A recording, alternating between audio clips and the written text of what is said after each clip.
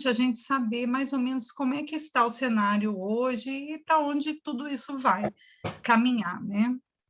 Então, vamos lá. Eu vou começar com esse conceito, né, do câncer de mama, né? O câncer de mama, mais do que uma doença, ela é um conjunto, né, de desordens malignas diferentes do ponto de vista molecular em uma só entidade e que dão características morfológicas variáveis, com comportamentos variáveis. Esse conceito já mostra o que para a gente? Essa visão de heterogeneidade tumoral, ou seja, num tumor você tem várias características ali. Então, eu usei mais ou menos alguns desses trabalhos para a gente falar um pouquinho a respeito das assinaturas, e são onde eu tive a maior fonte de informação para fazer a aula, né? A introdução. O que acontece? Com o tempo, a gente viu que estava havendo uma necessidade de você ter informações mais precisas para avaliar o prognóstico dos pacientes. Só as características histopatológicas, elas não eram capazes de predizer tão bem um prognóstico, de planejar um tratamento, porque a gente via que pacientes com o mesmo estadiamento, mesmo característica histopatológica, elas caminhavam diferente, né? Uma tinha metástase, a outra vivia muitos anos, e a gente não entendia muito bem por que aquilo acontecia.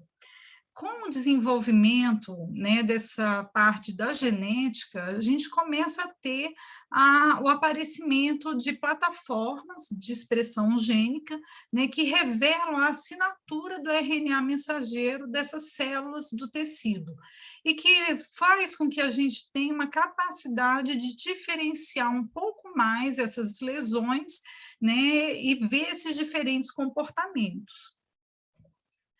Então, o histórico começa quando Perrot e Sorli, em 2000, publicaram na Nature uma classificação dos subtipos moleculares do câncer de mama. Nessa publicação, eles dividiram, né, os tipos de câncer de mama em basal-like, o HER2 amplificado, normal breast-like e os luminais, A, B e C, que foi essa publicação do Molecular Portraits. Com a chegada dessa classificação, começa a haver aquela personalização do tratamento. Então, os aspectos tradicionais clínico-patológicos, que são esses que estão alinhados aqui, o tamanho tumoral, o status linfonodal, o grau histológico, que engloba a formação tubular, o grau nuclear, a taxa de mitose, a idade, invasão linfovascular, a presença dos receptores hormonais, a amplificação do HER2 e a expressão do KI67, eles começaram a ficar insuficientes, né, para poder avaliar o prognóstico do paciente. Logo depois da publicação do Molecular Portraits, em 2002, Van Ver publicou um trabalho, e depois, em 2015, Li Chen, mostrando que em avaliações retrospectivas, no final dos anos 90 para 2000, muitas pacientes que eram estadiamento inicial foram submetidos a tratamento adjuvante com quimioterapia sem necessidade, né? O Van Vir chegou a falar que era em torno de 70% esse número de pacientes tratadas sem essa necessidade. Então, hoje, para vocês verem, né, a gente tem hoje uma gama, né, de plataformas genéticas e que avaliam diferentes fases, né, da parte genética. Por exemplo, o que a gente vai estudar agora aqui, essas assinaturas genéticas, são assinaturas por microarray RT-PCR. Elas estudam a avaliação da genética do tumor, né? Nós temos outras assinaturas, que é o NGS, né, que é a Next Generation Sequence, que avalia a parte de mutação genética nos pacientes com câncer de mama. É outra avaliação de assinatura, né? Você tem outras assinaturas hoje no mundo, com imunistoquímica e com ISH. Tem outros tipos de avaliação genética também com outras técnicas. Então, hoje, vários países estão desenvolvendo assinaturas, você tem uma gama de assinaturas sendo desenvolvidas, inclusive com as características genéticas de populações determinadas, né? Então, a personalização ela vai se afinando, né, com esse passar dos anos. Quais as assinaturas genéticas que são mais conhecidas e que a gente vai falar delas hoje? São essas 5 aqui, o Oncotype DX, o MammaPrint, o Prosigna, que é o PAM50, o EndoPredict e o Breast Cancer Index.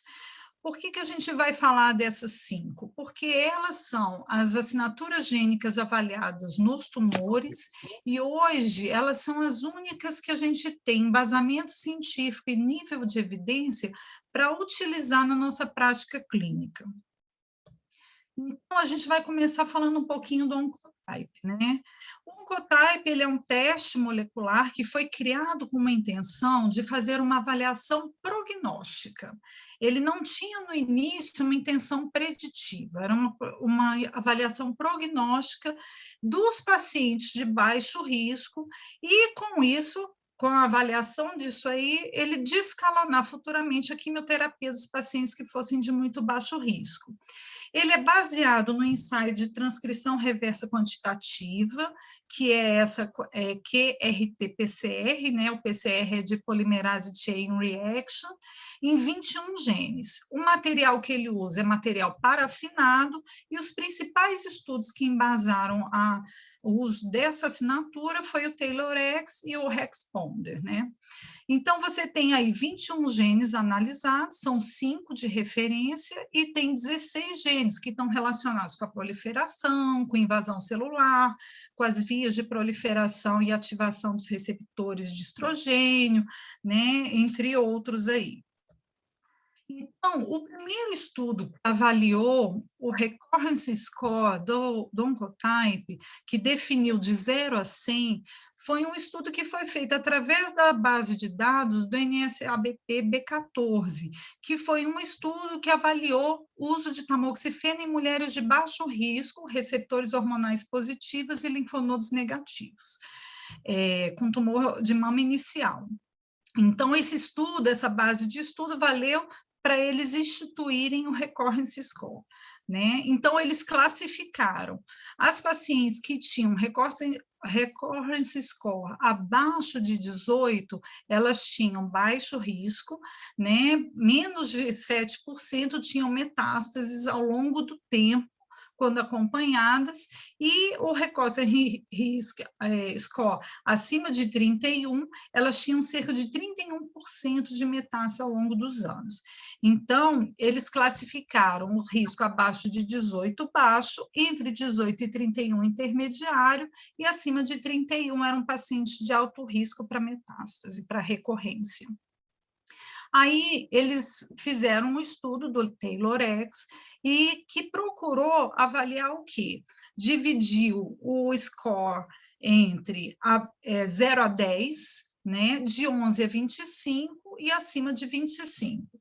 Os scores abaixo, de 10 para baixo, eles eram pacientes considerados de baixo risco e essas pacientes foram alencadas só para hormonioterapia. A gente já sabia que essas pacientes eram de baixo risco. As acima de 25 eram de alto risco e já iam ser alencadas para fazer a quimioterapia. De 11 a 25, que era o risco intermediário, elas foram randomizadas para fazer ou quimioterapia seguida do hormônio ou só hormonioterapia. E aí, esse teste foi avaliado, esse estudo avaliou as pacientes T1 e T2 N0, né, com receptores hormonais positivos. E aí, o que o estudo mostrou? que nas pacientes pós-menopausadas, as pacientes com score abaixo de 25, elas não tinham benefício da quimioterapia, então elas podiam ficar só na hormonioterapia. Só que quando se avaliou o subgrupo das pré-menopausadas, entre 15 e 20, elas tinham, as que faziam quimioterapia comparado com as que não faziam, elas tinham um benefício absoluto de 1,5%. E quando elas estavam no score entre 21 e 25, esse benefício pulava para 7%, era muito significativo. Depois veio, então, o Exponder, que veio com uma intenção de avaliar as pacientes que eram N1, né, que eram pacientes linfonodos positivas. Né? Então, ela teve uma apresentação esse trabalho foi apresentado em fevereiro desse ano, com follow-up média de 5,1 anos, né? E mais de 5.000 pacientes avaliadas, e eles avaliaram as pacientes com o score de 0 a 25. Né, porque acima de 25 eles consideravam que era muito alto o risco e já ia para a quimioterapia. Então, randomizaram todas as pacientes para fazer ou químio com hormônio ou só hormônio. E o que eles viram? As pós-menopausadas também não se beneficiaram de quimioterapia, mesmo nesse grupo com status axilar positivo. No entanto, as pré-menopausadas, elas tiveram um risco bem maior, né? Então, elas precisaram fazer a quimioterapia. Por quê?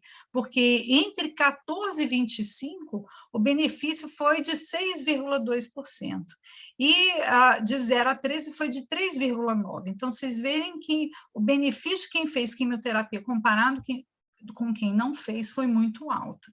Então, acabou não sendo um teste muito bom para as pacientes jovens, principalmente linfonodo positivas, né? Então, a gente vê que ele não conseguiu estratificar exatamente as pacientes de baixo risco aqui, quando elas têm um linfonodo positivo. O MamaPrint.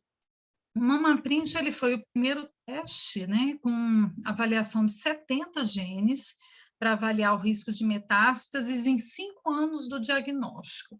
Era um estudo também prognóstico. E ele também era um teste de microarray, de RT-PCR, poderia ser feito em tecido fresco, congelado ou parafina. Hoje, a maioria dos trabalhos está trabalhando mais com parafina, porque é mais fácil de lidar, né? Quando eles validaram o MamaPrint, eles validaram pegando 98 tumores congelados de um banco de dados que eles tinham, de pacientes com câncer de mama inicial, linfonodo positivo e negativo, que tinham evoluído com metástases em 5 anos, e um grupo que não tinha evoluído com recorrência nem metástase. E comparou a expressão gênica nessa plataforma nos dois grupos, e eles viram que havia uma coincidência muito boa entre o alto risco e a presença das recorrências e o baixo risco e a não presença das recorrências, né? Então, a partir daí, validado a plataforma, eles foram partir para o estudo, e o estudo foi o MINDACT. No MINDACT, o MamaPrint conseguiu um nível 1 de evidência para predição de risco de metástase. Então, é um estudo com 11 mil e tantas pacientes, entendeu? E que foi dividido o risco clínico. Eles fizeram como? Quando você tinha um risco clínico e um risco genômico coincidentes baixo, as pacientes só faziam hormonioterapia. Quando você tinha um risco clínico e um risco genômico alto, as pacientes faziam quimioterapia. Quando havia a discordância, aí eles randomizavam para fazer um grupo quimioterapia seguido de hormônio e o outro grupo para fazer só hormonioterapia. E o que eles viram no resultado disso aí? O risco clínico alto quando tinha o risco genômico baixo nas pacientes pós-menopausadas, não houve diferença no acompanhamento delas de benefício de quimioterapia no grupo que fez quimioterapia. Então, para esse grupo, bastava fazer o hormônio. Porém, nas pré-menopausadas, as pacientes que tinham um alto risco clínico com um baixo risco genômico, o grupo que fez quimioterapia teve um ganho absoluto em 8 anos de 2,6% na última publicação. Então, para as pré-menopausadas, o teste também não foi muito bom. Né? Hoje, o MamaPrint ele foi criado com aquela intenção de avaliar as pacientes que tinham risco clínico alto para descalonar a quimioterapia se o teste genômico viesse baixo. E o que o MamaPrint validou é o quê? Isso é confiável para as pós-menopáusicas, tá certo? Hoje não tem assim, né, não é tão bom para as pacientes jovens, porque vai acabar tendo um benefício de 2,6%, que talvez valesse a pena fazer químio, né? Então, a ferramenta para esse objetivo não ficou tão boa, né, de avaliar paciente jovem. Aí vem o Prosigna. O Prosigna é o PAN50, né? É um teste de 50 genes. Ele já é um teste de segunda geração, é de microarray, de RT-PCR também quantitativo, e ele tem uma diferença que ele classifica o tumor. Então, os outros também classificam, né? Mas ele tem, vamos dizer, ele é o trabalho inicial do Perot, né? Então, ele estratifica em 4 classes, né? O luminal A, o luminal B, o HER2 enriquecido e o basal-like. E ele fornece um ROR, que é o Risk of Recurrence, que varia de 0 a 100. Então, ele calcula isso. O que é interessante nesse teste do Prosigna? Ele utiliza uma característica clínica, que é o status axilar, né? Então, ele pega as mulheres pós-menopausadas, T1, T2, receptores hormonais positivos, no caso aqui, negativos, porque ele classifica, às vezes ele é usado para classificar, né? Então, acaba arrolando, né, pessoas também RH negativas, e linfonodos negativos e positivos. E é um indicador prognóstico de recorrência em 5 e em 10 anos. Então, o ROR, quando ele é classificado como baixo, os pacientes têm menos de 10% de risco de recorrência em 10 anos. Quando é intermediário, vai entre 10 e 20% de risco de recorrer, e quando o ROR é considerado alto, ele é acima de 20% esse risco de recorrência.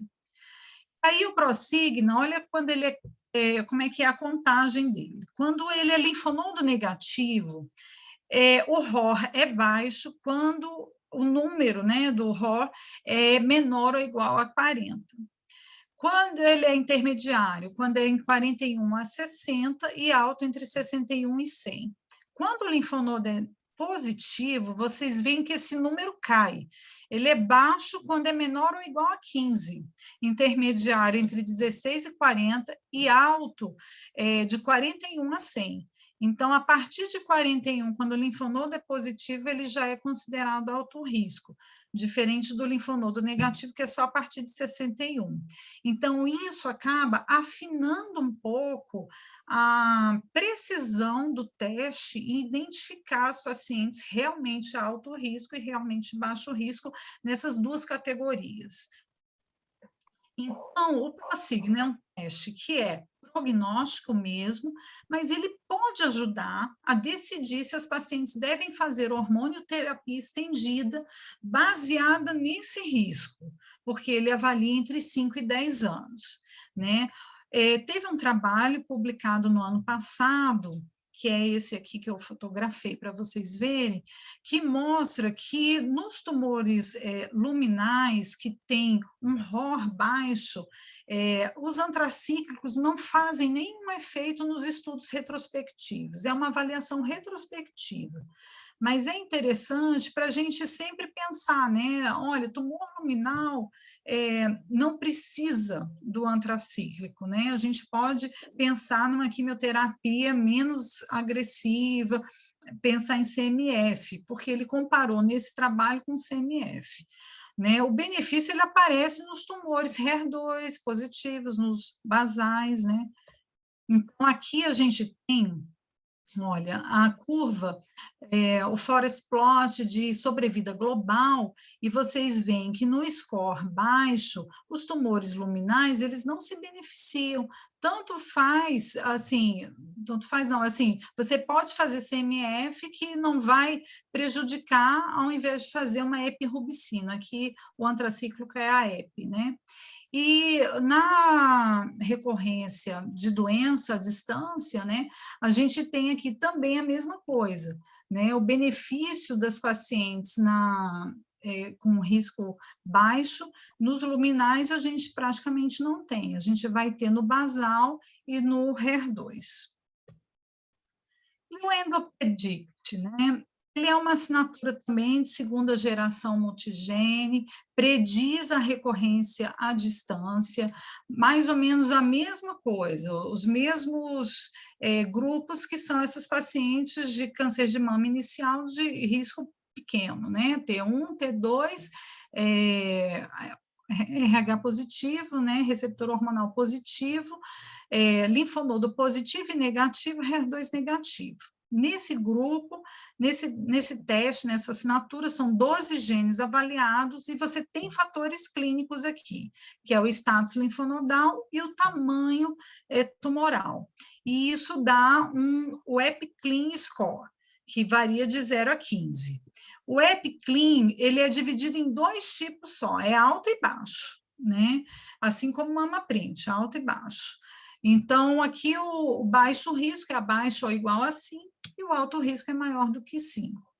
O Endopredict teve 4 estudos que, assim, trabalharam com a plataforma, e o último estudo, que é esse GEICAM 9906, tem uma parte interessante que tem aproximadamente 300 mulheres abaixo de 50 anos, linfonodos positivos, que estavam alencadas nesse trabalho. E nessas mulheres jovens, o EpiClean, com um ponto de corte de 3,3, considerando isso baixo risco, ele foi preditor de risco de recorrência e favoreceu a não quimioterapia para esse grupo. Então, ele foi preditor de tratamento também. Então, não uma mulher jovem com câncer de mama inicial, né, sendo linfonodo negativo ou positivo, a gente pode pensar em usar o Endopredict baseado nesse estudo para essa avaliação. É claro que aqui a gente tem um N pequeno de pacientes, né, abaixo de 50 anos, é um estudo de avaliação retrospectiva, né, mas já é uma luz aí que, dentre as plataformas, ela acabou afinando bem essa avaliação de risco e hoje é o que melhor se encaixa para a avaliação desse grupo de pacientes. Então, aqui, quando vocês olham essa tabelinha, desculpa que a foto não ficou muito boa, mas quando você avalia o EpiClean Score, eu até marquei aqui com a canetinha, quando ele tem o 3, você vê que a paciente, em 10 anos, o risco de recorrência foi de 7,6% fazendo só hormônio, e de químio com hormônio foi de 5,7%. Essas pacientes tiveram um ganho absoluto bem pequeno, de 1,9%. Mas quando você já sobe um pouquinho o EpiClean para 4, né, a recorrência em hormonioterapia foi de 19,8% e de químio foi 12,4% para as pacientes com linfonodo positivo.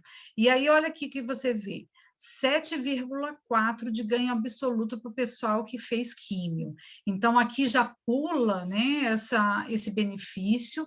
Então, você vê que o Endopredict acaba tendo um valor preditivo importante aqui para valorizar a quimioterapia. Então, vamos lá. No gráfico, a gente consegue ver... Cadê minha setinha, meu Deus? Aqui. No gráfico, a gente consegue ver que o ponto de corte aqui de 3,3 para o EpiClean, ele conseguiu dividir bem a curva. A partir daqui, você vê que as pessoas que fizeram quimioterapia, à medida que o score vai aumentando, né, vai aumentando o risco de recorrência, né, e quem não fez, olha como aumentou. Então, o uso, né, da quimioterapia, à medida que o EpiClean vai aumentando, ele se torna muito importante. Isso foi significativo. O Breast Cancer Index, né, é uma assinatura com 7 genes, ele avalia o risco de recorrência à distância em 5 e 10 anos, em receptores hormonais positivos e linfonodos negativos, tá bom? Os genes avaliados são esses aqui, BUB, SEA, né? Vocês estão lendo aí, é muito complicado, e 2 envolvidos na proliferação celular e nas vias de sinalização estrogênicas, que são esses 2 aqui, que ele classificou como HI. Esse estudo ele foi validado através do Estocolmo Trial, que foi um trial antigo também, que avaliou o uso de tamoxifeno em pacientes de tumores de câncer de mama inicial. E aí ele validou o score do Breast Cancer Index nesse estudo. Ele foi avaliado também no ATTACK Trial, né, no TransATTACK, junto com as outras assinaturas que foram comparadas. No final, eu vou mostrar para vocês um quadro comparativo das assinaturas. Ele é dividido no Molecular Grade Index, e aí você tem o baixo risco, aqueles abaixo de 5, intermediário entre 5 e 6,4, e alto, maior ou igual a 6,4.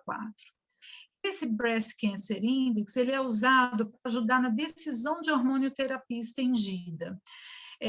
O índice validou que nas pacientes de baixo risco pelo Breast Cancer Index, a hormonioterapia estendida ela não se faz necessária.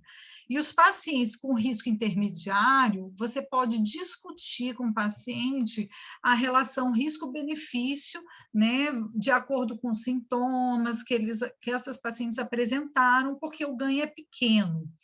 E nos pacientes de alto índice, né, que é o Molecular Grade Index, a continuação da terapia, né, a terapia estendida, se faz necessária porque o ganho já é significativo. Então, aqui, olha, você vê essa publicação que foi da Ivana Sestak, em 2018, que ela coloca aqui a comparação nas pacientes com linfonodo positivo, no risco de recidiva, à distância, né, ao longo de 10 anos. Então, você vê que o aqui você tem o amarelinho baixo risco, o azul intermediário, o vermelho alto risco. E assim vai para todas as assinaturas. Aqui foi o Breast Cancer Index, aqui o Oncotype, que é o Recurrence Score, o ROR, que é do PLAN-50, né, do Prosigna, e o EpiClean, que é do EndoPredict. Então, quando vocês olham aqui, os pacientes que foram classificados no grupo de alto risco, no grupo de baixo risco, né?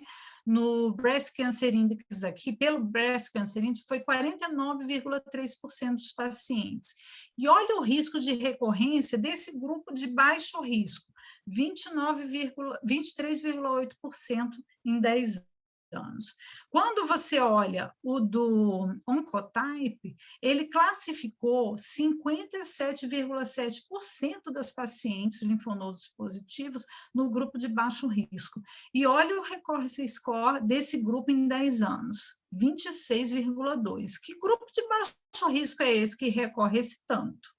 Entendeu? Então, você vê que a assinatura não predisse de forma adequada, não previu de forma adequada esse grupo de baixo risco. Aqui, no Prosigna, você vê que apenas 6,6 pacientes foram classificados como baixo risco, e isso foi verdadeiro, porque no acompanhamento de 10 anos ninguém recorreu, né? aqui no EpiClean, você vê que já tem um afinamento também melhor, né? 18,9% das pacientes foram classificadas como baixo risco, e realmente elas foram baixo risco, porque o índice de recorrência foi de 5,6 em 10 anos. Então, essas duas assinaturas acabam estratificando melhor as pacientes de baixo risco que têm linfonodo positivo. Então, hoje, para linfonodo positivo, as outras assinaturas, elas não são muito boas para prever o desfecho aí das pacientes. Então, aqui a gente vai finalizando com o NCCN e quais são as recomendações. Eu peguei essa última de agora, de 28 de abril de 2021. E aí ela vai falar aqui, né, do MamaPrint, o que é baixo, né, o risco de recorrência é muito baixo, as pacientes vão vão bem só com hormonioterapia, e as pacientes vão ter 94,7% das pacientes sem recorrência ao fim de 5 anos. As pacientes de alto risco genômico, elas devem fazer quimioterapia, porque esse risco é aumentado, então elas precisam fazer. No Prosigna, aqui, tanto para linfonodo negativo como positivo, assim como o MamaPrint também, né, as pacientes que tiveram linfonodo negativo, low risk intermediário, né, elas são pacientes que têm o mesmo prognóstico de pacientes T1A e B, e as pacientes de linfonodo negativo e risco alto deve fazer a hormonioterapia estendida ou pensar em outros tratamentos, né? Como, por exemplo, bloqueio ovariano. E nas pacientes que são linfonodos positivos pelo Prosigna, as de baixo risco, né, podem, até de 1 a 3 linfonodos, elas podem optar só por endocrinoterapia, porque o risco de doença à distância ao longo de 10 anos é pequeno, e as que têm o risco alto, elas deveriam passar por quimioterapia, né? Ela tem um risco de recorrência mais alto.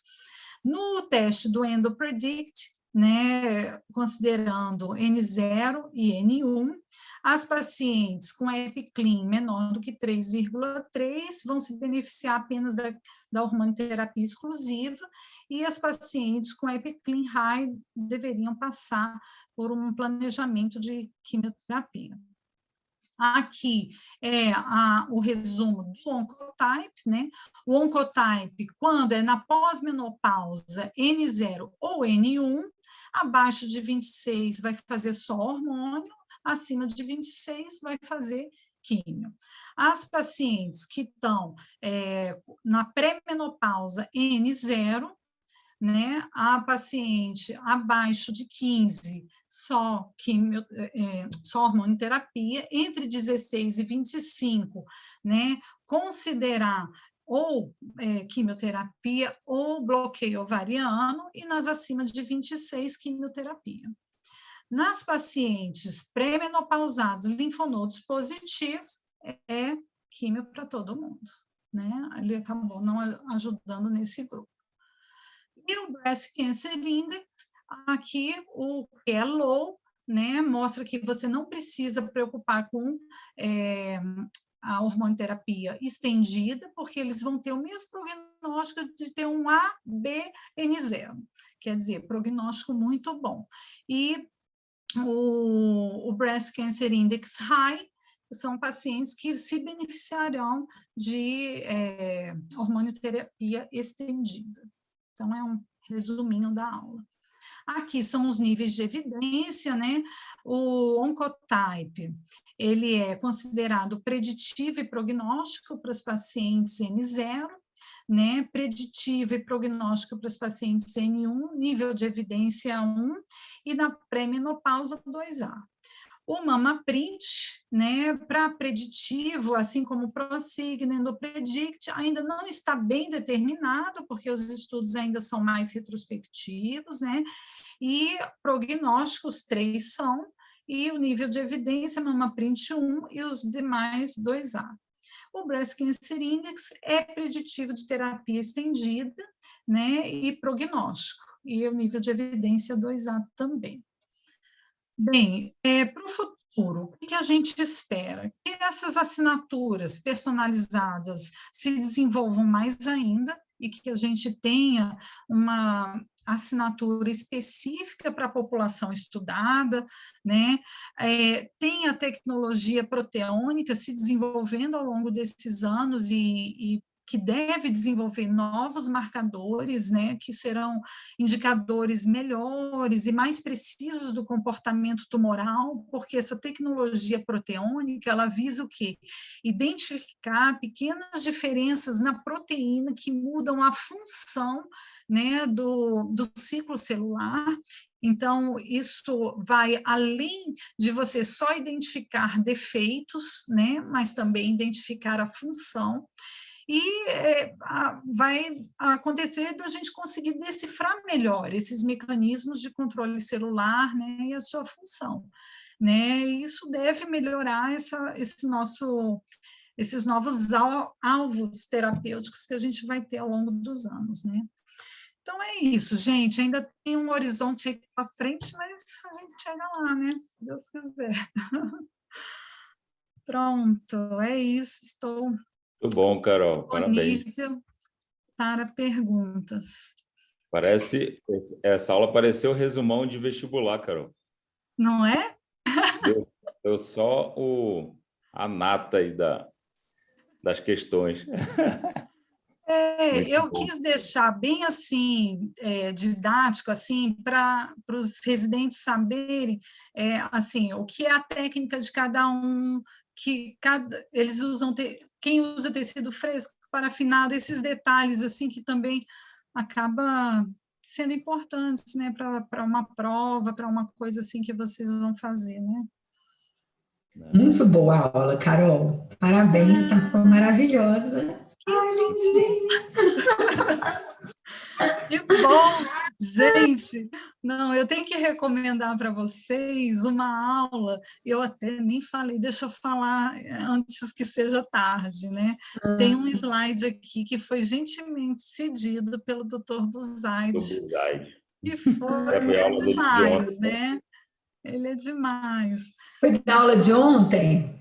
Da aula de ontem. Ele deu aula ontem sobre EndoPredict. EndoPredict no Câncer de Mama Brasil. Eu vi o final, porque eu estava na minha outra aula e eu vi o final da discussão. E foi muito legal ele falando, olha, nem tudo é assinatura. Porque, gente, isso começou com uma força tão grande, né? Slide. Ele me cedeu esse slide, gentilmente. Esse slide ele disse, nem tudo, então, né? Foi esse slide que ele falou, tamanho tumoral e documento. Eu não vi, porque justamente é o que afina a eficácia do teste, né? Em predizer o risco. Quando você vê que no ProSigna, né, e no EpiClean, quando você colocou os dados clínicos no score junto com o dado genômico, isso melhorou a eficácia da ferramenta, né? Então, ele falou assim, olha, tamanho é documento. Isso é muito interessante, porque a gente percebe o valor ainda da anátomo patológico, né? Como o tamanho do tumor e o status linfonodal. Porque hoje a gente está indo numa direção, estava até conversando com a Fernanda hoje de manhã, a gente tem numa direção no câncer, no tratamento do câncer de mama, que é assustador, né? Hoje a gente fala em omitir a cirurgia axilar, né? A gente não estou falando de pós-QT com doença residual. É não fazer, né, a abordagem axilar. Mas a gente vê a importância, né, do status axilar nessas pacientes. Então, independente assim, de paciente pré-menopausada, pós-menopausada, né, o quanto isso pode mudar quando a gente coloca nessa escala do EpiClean, você coloca o status de linfonodal, faz toda a diferença, né? E ele mostrou isso muito bem ontem na aula. Então, como é que a gente abdica a avaliação axilar, né? Estou falando de controle regional, mas em termos de prognóstico para essas pacientes, até para você associar isso às assinaturas genômicas. Então, assim, não dá para a gente simplesmente abolir, né? E a gente pode acabar subtratando as pacientes, aquelas pacientes que poderiam ter um alto risco com o status axilar que a gente ficou conhecendo, daquelas pacientes que não têm, né? Então, a gente acaba subtratando. Olha só. Ele até comentou nessa aula, né, no final, sobre isso que você está falando, Mauro, sobre abrir... Existe uma determinação da Escola Americana dos Cirurgiões, né, que fala disso, paciente com mais de 70 anos, luminal A, não fazer abordagem axilar mais. E aí ele falou que depende do tipo da paciente, porque existem 70 e 70. Ele falou de uma velhinha, né? Da velhinha que viveu até 106. Imagina, se ela tivesse um câncer de mama, com 70 ela ia ser fit para fazer químio, né? Na dependência da axila ser positivo. Mas, gente, como está tudo muito personalizado, a gente tem que discutir com os oncologistas os tratamentos. Eu tive uma paciente foi em outubro do ano passado, uma paciente assim, com 76, mas não era fit não, ela é gordinha, tem muita artrose, anda com dificuldade. Aí me veio um CDIS com invasor luminal A de 3 milímetros. Aí eu falei, gente, se vier essa axila positiva, vai mudar alguma coisa? Vocês vão fazer químio nela? Aí a resposta foi do oncologista, né? Discutir com a Dani, não vou fazer químio nela, mesmo se ela tivesse um linfonodo positivo. Eu falei, então não vou fazer o linfonodo sentinela. Eu omiti. Foi a única paciente que eu tive até hoje com tumor invasor que eu omiti cirurgia axilar de um tratamento primário, assim. Mas a gente vê que tem que individualizar, porque hoje não é mais assim, nem sempre você precisa de todas as peças do quebra-cabeça para tomada de decisão, né? Tem certas coisas que dá para tomar decisão sem, né? Sem fazer abordagem. Essa individualização é importantíssima, Fernanda. Aquela velha história, né? Nem sempre, nem nunca, né?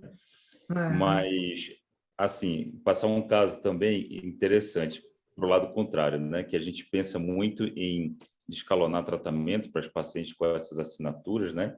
Aquilo que ele falou no início da aula, né, Carol? Assim, um dos maiores absurdos que ele viu na vida foi a quantidade de pacientes tratados desnecessariamente, né? E, então, essas assinaturas, na verdade, vêm tentar reduzir essa quantidade de pacientes que são supertratadas. Mas, olha só, esse mês agora, eu tive uma paciente que ela chegou com uma alteração mamográfica, era uma assimetria na mamografia, ela tinha uma densidade assimétrica com microcalcificações bem sugestivas de doença in situ, né? E multicêntricas, né? Clinicamente, zero, nada palpável, axila também negativa. Beleza.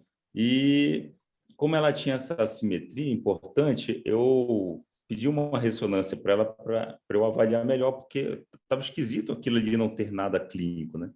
E a ressonância veio uma área de 10 centímetros, né? Altamente suspeita, com aquele Helps anômalo, washout. Beleza. Foi para a mamotomia, fez a mamotomia e veio o CDI. Só CDI, né? Muitos fragmentos, né, na mamotomia, mas só CDI. Bom, beleza. Bate ali com a mamografia, né?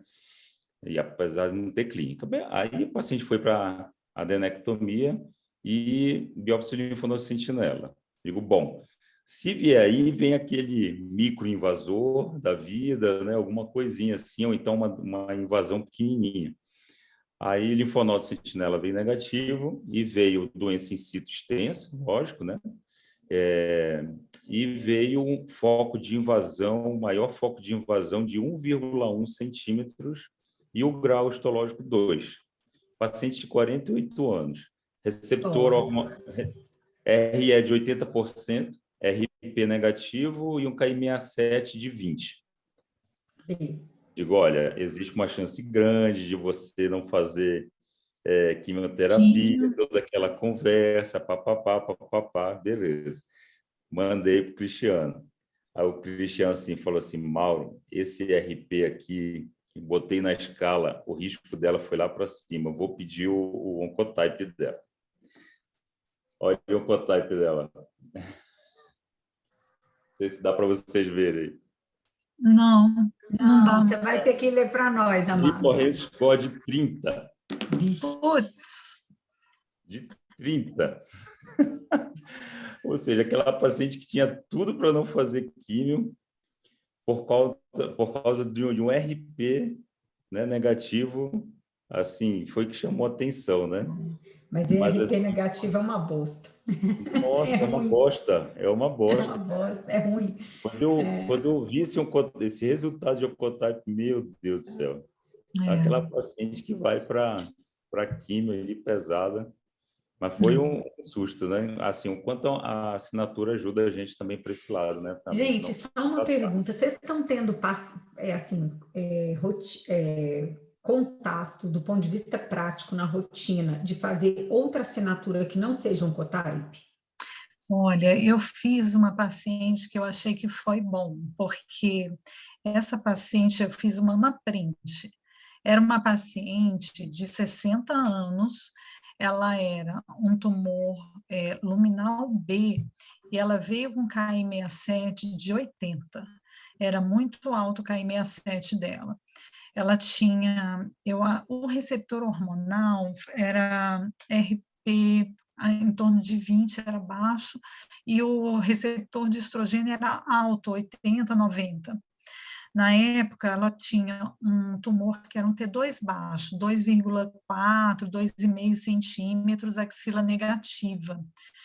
Essa paciente, assim, pela imuno dela, todo mundo que avaliou queria fazer químio. E assim, é uma paciente com fibromialgia, com, assim, sabe, poliqueixosa dessa parte reumatológica, e eu fiquei muito preocupada. Um taxol nela, ela ia ficar Nossa senhora, ela ia fazer muita... Eu fiquei imaginando a neuropatia periférica que essa mulher ia ter depois. Anos, ia ficar para sempre, né? E aí eu falei com ela, vamos fazer uma mama print, vamos fazer, o oncologista topou, e a gente fez uma mama print e veio baixo risco, você acredita? Veio baixo genômico low, né? E aí a gente não fez químio, ela ficou só em hormonioterapia. E tá maravilhosa. Isso tem 5 anos, ela está no 5º ano, fazendo 5 anos de tratado. Graças a Deus. No início, Carol, a gente gostava dessa história entre escolher entre mama print e oncotype, né? E acabava fazendo pouco mama print porque era só em tecido fresco.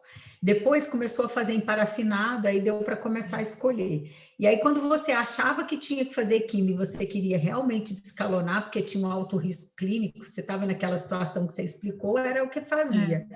Mas hoje o que eu tenho visto é o povo só fazer oncotype. Vocês têm experiência com mais algum outro? Parece que agora vai gostar desse aí, né? Porque tudo que o Buzaide gosta, os outros começam a gostar também. Mas você vê que o oncotype, na paciente que é alto risco, ele acaba não sendo tão bom, né? Para predizer mesmo o risco. Porque no final... Ele, assim, a paciente sendo alto risco... Na verdade, o EndoPredict ganhou espaço por conta desses últimos resultados nas pacientes de pré-menopausa, né? Porque pré-menopausa... nenhuma outra assinatura está demonstrando demonstrando valor. Exato. Nem o oncotype, nem o mama print, né, como a Carol falou, são bons para você... para pré-menopausa. Isso, para fazer prognóstico. Então, o EndoPredict, ele parece ser uma boa ferramenta. Qual é o problema dele, que o Buzaide falou na aula, pelo menos, né? Ele não tem estudo randomizado, por isso que ele é tão martelado, né? pelos fabricantes do Oncotype e do MammaPrint, né? Como ele não tem estudo randomizado, eles tratam como se fosse de baixa evidência, né? Isso. Mas, assim, parece ser uma boa ferramenta para esses pacientes jovens com abaixo de 50 anos, com baixo risco e verdadeiramente baixo risco, né? Diferente do Oncotype e MammaPrint, que não dá para confiar, né? É isso que a Carol falou que está aqui no slide dela, né? Que baixo risco é esse, né? De 26,2%, né? Que o Oncotype nos dá nessas O que a gente está vendo com os estudos é que só de ser pré-menopausa ele é alto risco, né? Assim, não tem jeito. A idade, ela já mesmo que seja um luminal, aí a pessoa tendo anos pela frente, a quimioterapia ajuda muito porque reduz função ovariana, né? Nem que seja por um mecanismo que se associa à hormonoterapia, né? Eu acho que vai caminhar para esse bloqueio ovariano, eu acho, assim, porque é uma coisa que, apesar dos efeitos colaterais, eu acho que ainda é melhor do que químio, né, para essas pacientes. Ai, Carol, eu não sei. Eu juro que eu não sei. Isso foi uma das explicações, né, dos autores do MammaPrint. Porque bloqueio ovariano, ai, gente, uma pessoa jovem sem hormônio também é difícil. É muito ruim, muito ruim. É muito difícil. Eu queria até ver com os residentes se eles sabem diferenciar direitinho quem é baixo risco clínico e alto risco clínico. Porque eu falei muito rápido, eu não coloquei aí, mas no MammaPrint eles usaram o padrão do adjuvante online, que na época funcionava, era uma ferramenta tecnológica, né, que você colocava e fazia a predição de risco colocando as características do paciente. Mas hoje você não tem mais isso online. Então, não sei se vocês sabem quais são. Vocês sabem? Eu tenho usado com eles, Carol, lá quando está mais tranquilo, a gente tem feito o Predict. A gente tem aberto o Predict e colocado lá. Bota o tamanho do tumor, coloca tudo lá, receptor hormonal. Aí a gente vê se o risco vai dar mais ou menos que 2,5%. Que vocês podem fazer aquela tabelinha. Passa aí para nós o que você quer passar. A tabelinha, você pode fazer assim, por exemplo, o tamanho do tumor e o grau, né? O tamanho do tumor, 1, 2, 3 centímetros. Também eu falo com eles. E o grau, 3, 2, 1 e o N0, né? Então, todas essas combinações, elas são baixo risco, né? E o que é N1, quando é N1, é menor do que 2 centímetros e grau 1, aí é baixo risco também. Fora disso, é tudo alto risco, tá certo? Do ponto de vista clínico, né? Então, é o grau, o tamanho tumoral e o status axilar. É aquela coisa, mais até 3 centímetros, grau 1, né? 2 centímetros, grau 2 e 1 centímetro, grau 3, né? Isso. Os luminais. Isso. Com axila negativa. É isso que a gente fala lá também. Exato. Não é, menina? E aí, quando a axila é positiva, até 2 centímetros de tamanho de tumor, grau 1. O resto é considerado alto risco clínico. Entendeu?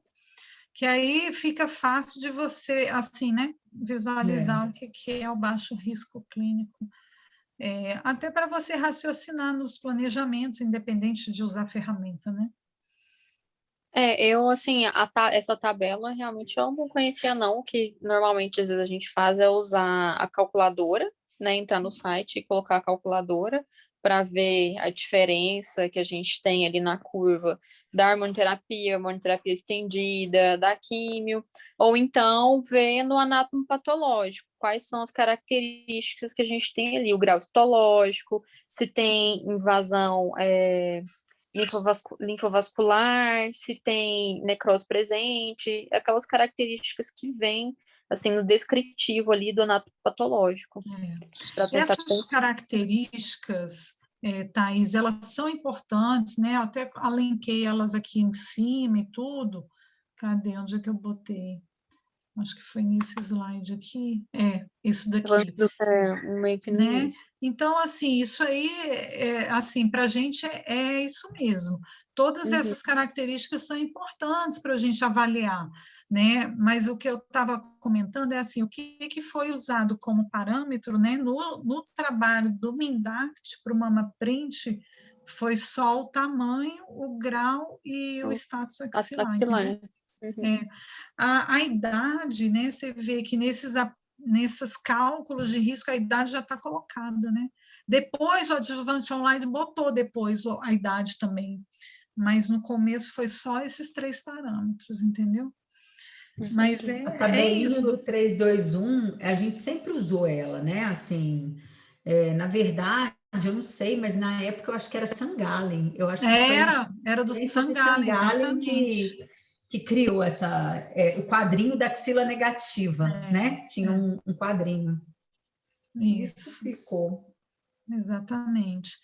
E agora, né, parece que o Oncotype vai botar a avaliação clínica também, junto com o score, né, para calcular. Eles estão usando, mas eu acho que já tem um tempinho já. Eles veem o score e vem tipo esse negócio que a gente usa desse predict, e aí junta o número com as características que eles pedem lá. Exato. Muito bem, muito gente. Muito bom.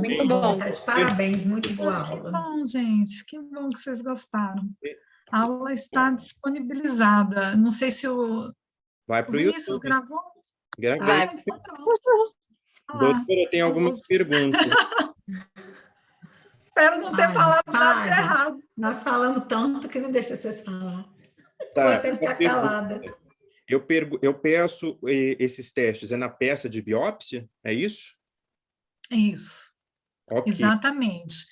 O que você faz? Por exemplo, eu tenho uma paciente que veio ali com um risco baixo, aparentemente eu não vou precisar fazer químio, eu quero fazer Oncotype. Aí, ela pega o material no laboratório de patologia, pega os blocos de parafina, vai num laboratório que vai enviar para o exterior, porque ele é feito lá nos Estados Unidos, e aí ele é enviado. Em geral, vai pelo Fleury, entendeu? Ou vai pela clínica de oncologia, mas eles enviam pelo correio, né? Por um malote específico de material biológico, e aí vai para lá e demora em torno de 20 a 30 dias para ficar pronto. Entendeu? Legal. Doutora, tanto ele, tanto o Oncotype, o MamaPrint, todos eles são R$15 mil? Uns R$15 mil? Eu acho que por aí. Por aí. A última vez que a gente tinha comentado, que eu lembro como era em dólar, né? Fica flutuando aí, tipo uns 5 mil dólares, um negócio assim, $4 mil. É isso aí, uns 4 mil. Doutora, outra pergunta. Quando a senhora falou que o ProSigna, né, consegue determinar com precisão o subtipo molecular do tumor. Quando eu tenho uma paciente que faz o ProSigna, eu posso descartar a realização da imunistoquímica? Porque eu entendi que ele é mais preciso, é isso? Exato. A princípio você poderia descartar, entendeu? Porque você vai fazer a avaliação genética, né, do tumor, você vai ter... São momentos diferentes, Vinícius. Você não vai ter ali um luminal-like, você vai ter o luminal A ou B, entendeu? Não, é porque eu imaginei... Não tem um like, né? Se é da peça de biópsia, você ainda não tem o diagnóstico. Quando chega para você, você pode analisar se a paciente é de baixo risco, de alto risco, e solicitar. Aí por isso que eu perguntei se poderia... Mas é assim, quando você faz a biópsia, você pede a imuno, igualzinho lá no SUS, para você poder determinar. Vai ser tratamento cirúrgico upfront? Nesse momento, você tem a imuno, você tem que ter a imuno. Essas assinaturas é depois que você termina a cirurgia, quando fica a dúvida se faz ou não quimioterapia. Porque a assinatura... Então, você vai precisar da imuno para tomada de decisão do tratamento upfront ou cirúrgico. Ele você não vai pedir ProSigna na hora da biópsia, porque você não tem tamanho de tumor, você não tem status axilar. Então, são momentos diferentes. Você sabe o que acontece, Vinícius?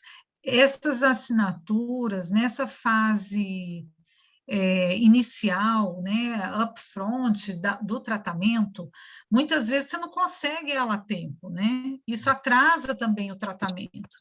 Então, a princípio, você não usa nessa fase, não. Você faz o diagnóstico, parte para começar o tratamento, entendeu? Por exemplo, se vai para a cirurgia upfront, você vai para a cirurgia upfront, entendeu?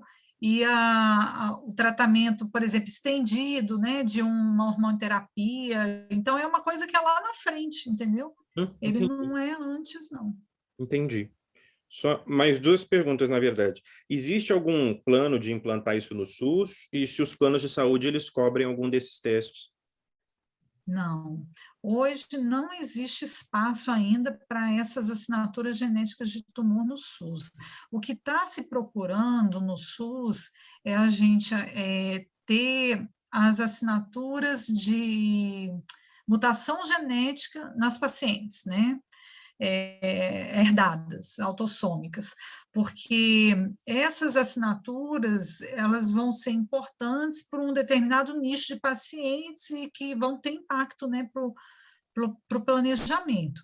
Então, hoje, o que eu vejo, assim, os colegas da genética, da oncologia, né, os serviços de mama de ponta estão procurando fazer essa documentação de base de dados que a gente tem, inclusive a Ana Carolina, geneticista, que está lá no HMIB, tem esse objetivo, o trabalho dela, mostrar que a gente precisa começar a pegar isso no SUS, porque o número de pacientes com mutação é muito grande, entendeu? Então, ela está querendo implantar com base nesse trabalho, da necessidade de você identificar esse grupo específico de pacientes. Mas as assinaturas genômicas para o SUS está muito longe ainda. A gente não consegue ter nem tamoxifeno. O Vinícius não paga nem a saúde suplementar. As pacientes têm que às vezes eu penso se é custo efetivo, se a quantidade de pacientes que eu vou tirar da quimioterapia compensa o valor. Deveria ser. Você sabe que tem um trabalho do Pérola Barton, né, do André Matar, que ele ganhou 600 oncotypes. E ele estava exatamente fazendo um trabalho para mostrar isso no Pérola Barton. Isso aí tem uns anos já. Eu não sei o que E mostrou benefício, porque entendeu? descalonou 60%. Muito a quimioterapia. Ele descalonou 60% das químios. Foi muito alto. Só que isso não pegou nem na saúde suplementar. Entendeu? Ainda. Você imagina isso para o SUS? Não tem nem duplo bloqueio, nem tamoxifeno, como que é, Carolina? Estamos lascados, filho. Ai, Jesus. Não. Fala não. Doutora Carolina, só parabenizar a senhora, excelente aula, assim, muito didática, super entendi aqui agora, eu ainda vou dar uma revisada, mas muito boa, parabéns. Que bom, fico feliz. Que bom, gente. Muito bom, Carol, parabéns, viu? Tá joia, obrigada. Gente, um beijo, Carol, parabéns mesmo, professora. Tá bom, gente, obrigada, bom descanso para vocês. Para todo mundo. Obrigada, doutora. Agora eu vou jantar, estou numa fome, vi o Marco comendo uns trem ali, falei, eu que não comi ainda. Ou tomava banho ou comia, então eu tomei banho. Agora eu vou tomar meu banho. Você inverteu aí. Tchau, tchau, gente.